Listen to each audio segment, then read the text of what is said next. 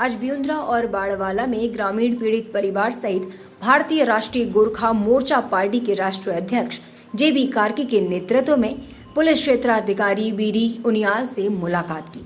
उन्होंने कहा कि पुलिस द्वारा भगत राम नौटियाल और विजय थापा को इंसाफ नहीं मिला, जिसको लेकर उन्होंने कई बार दोषियों के खिलाफ कार्रवाई की मांग की, लेकिन अभी तक कोई कार्रवाई नहीं हुई।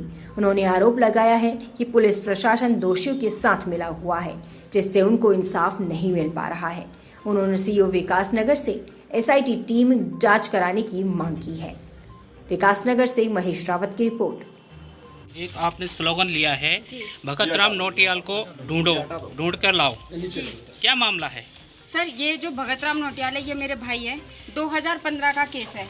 अब तक हमें कोई भी इसमें ऐसा कोई सुराग या ऐसा कोई हमें सेटिस्फेक्शन कोई कुछ भी नहीं मिला पुलिस की तरफ से। हम ये चाहते हैं, मैं ये चाहती हूँ, मेरी फैमिली ये चाहती है कि हमें भाई चाहिए, हमें जिंदा चाहिए, मुझे जिंदा चाहिए।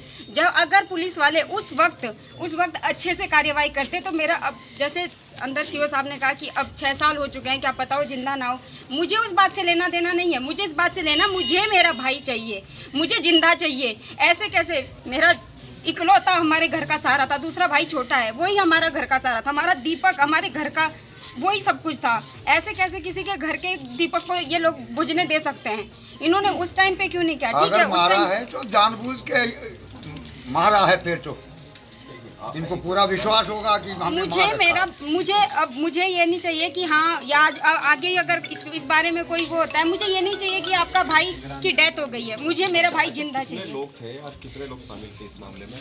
शामिल तो देखो जी, शक तो देखो मुझे बहुत से लोगों पे, पुलिस वालों का नाम भी, जिसमें से नवनीत है, आकाश है, रितु है, और जो हमारे, जैसे कि सर ने कहा कि गृह मंत्री हमारे सपोर्ट के बजाय, मेरे पापा मेरी मम्मी उनके घर गए थे। हमारे यहाँ पहाड़ों में बहुत चीज़ मानते हैं कि अगर औरत के सर का ढांटू निकल जाए तो हमारी पलकी भी थम जाती है।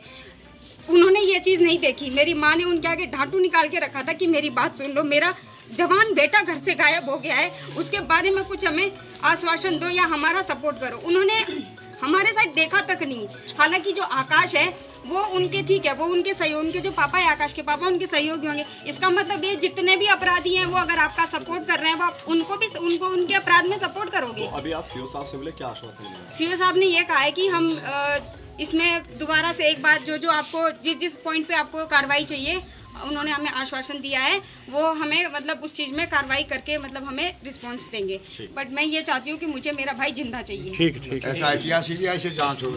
और मैं विजय की हत्या, मेरा भाई जो सबसे छोटा है घर में, उसकी हत्या हुई है, और इस हत्या जब उसकी हुई वो हमें मिला तो ना ही उसकी इन पुलिस वालों ने ना ही उसकी एफआईआर दर्ज करवाई, ना ही हम करवाने गए थे, उन्होंने नहीं की, और हमें कोर्ट का सहारा लेके हमें एफआईआर अपनी दर्ज करनी पड़ी।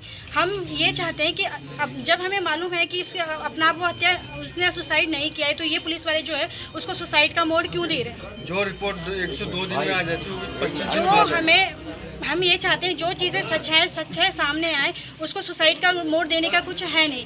जब उसको हत्या की गई है, एक तो पहले सबसे पहले ये बोल दिया गया है कि हत्या हुई है, पेड़ में लटका गया है। कहाँ से लटका मिला वो हमें ज़मीन पे पड़ा हुआ, बंधा हुआ, जैसे जानवरों को बांधा जाता है उस तरह वो मिला हमें। ठीक है, लोगों को शक है आपको? और ऐसे तो हमें बहुत सारी, हमें 3 लोगों पे शक है। हमने शक अपने दर्ज कराए हैं कि किस किस पे शक है, क्या है। हमें ये चाहिए, जो हमारा भाई गया है, अब वो मुझे मालूम है कि वापस तो नहीं आ सकता, पर जो ये जांच है, जांच वो पूरी अच्छे से हो, और जो दोषी हैं, वो जो जिसने ये क्राइम किया है, वो कल्पित जो है वो सामने आए। आपने एफआईआर दर्ज कराई थी क्या? हाँ जी, एफआईआर दर्ज कराई थी, पर चौकी में हमारी एफआईआर दर्ज नहीं की गई, और यह कोर्ट में जाके हमें थाने में, कोर्ट के आदेश के अनुसार हमें थाने में हमारी जो एफआईआर दर्ज की गई। क्यों? गरीब लोग हैं, गरीब इंसानों की एफआईआर दर्ज नहीं होती। उनकी एफआईआर दर्ज क्या कोर्ट में जाके लिखी जाएगी? कोर्ट में जाना पड़ेगा। कोई लोगों को ऐसा होता है सर, नहीं मालूम होता क्या करना है क्या नहीं। क्या उसका मतलब ये है कि ये लोग कार्यवाही ढंग से नहीं करेंगे? जब पुलिस ही हमें मदद नहीं करेगी तो हम किसके पास जाएं? हम तो पूरा का पूरा, क्या कहा पूरा ये है। देखो, आपको मुझे ये बताइए सबसे पहले, कहाँ आपको कौन लटका हुआ नजर आ रहा है? नजर आ रहा है, जमीन से 1 इंच की दूरी नहीं है, कहाँ लटका हुआ नजर आ रहा है। सबसे पहले तो ये है लटका हुआ कहकर इसको एक आत्महत्या का रूप देना ये बहुत गलत है, इसके मैं बहुत खिलाफ हूँ। अगर इस तरह रहेगा तो क्या हम गरीब लोगों के बच्चे नहीं बचेंगे, हम लोग नहीं बचेंगे क्या? कोई ऐसे तो कोई भी मार कर हमें चला जाएगा और बोल देगा इसने सुसाइड कर लिया, आप लोग मान लेंगे क्या? तो अभी आपको ज्ञापन दिया है, उन्होंने क्या आश्वासन दिया? सीओ साहब के पास गए, सारी घटना ये उन्होंने कहा है कि हम ये दोबारा से इसकी जांच करेंगे और ये आश्वासन दिया है कि हाँ जो भी होगा हम इसका सही से करेंगे, चाहे हमें SIT जांच करानी पड़े, CBI जांच करानी पड़े, वो कराएंगे। हम हमारे साथ हैं, इस तरह का आश्वासन दिया है और हम यही उम्मीद लेकर इनको लेकर अपने साथ आए हैं। सारे लोग, इतने सारे लोग आए हैं, यही उम्मीद लेकर आए हैं कि हमारे जो भाई है उनको इंसाफ मिले, इंसाफ हो हमारे साथ। ठीक मैडम, थैंक यू। अच्छा एक मिनट, जो 2020 दिसंबर में हुआ, हत्या भी ऐसे ही हुआ है कि उन लोगों ने कोशिश की है कि ये फांसी में लटक गया। ऐसा कुछ नहीं है, कारण हमें पता लग गया, विजय ने कुछ पैसे उससे लिए होंगे, पैसे वापस नहीं किए, वो करने वाला था लेकिन इनको लगा कि नहीं, वो शराब पी के इनके घर में आ गए, विजय के घर में, और उनके माँ बाप बहनों से भाई से गाली गलौज की उन्होंने, और ये कह के गए विजय अगर पैसा नहीं देगा तो इसका खतरनाक नज़र आप देखोगे। कौन लोग थे कारगी जी वो? ठीक है, वो 3-4 लोग थे, उनका नाम हमने से इसमें दिया हुआ है, नाम है इसमें आपके ज्ञापन में।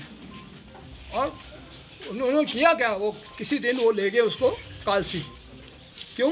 विजय के पास जो मोबाइल था वो मोबाइल कालसी में जाके बंद हो गया था, बंद हो गया ना, उसमें बंद कर दिया होगा अपराधियों ने, जहाँ उन्होंने उसको मारा और वहाँ से मार के ला के यहाँ बाढ़ वाले के जंगल में ढीली रस्सी गले में रख के उल्टा सुला के छोड़ दिया।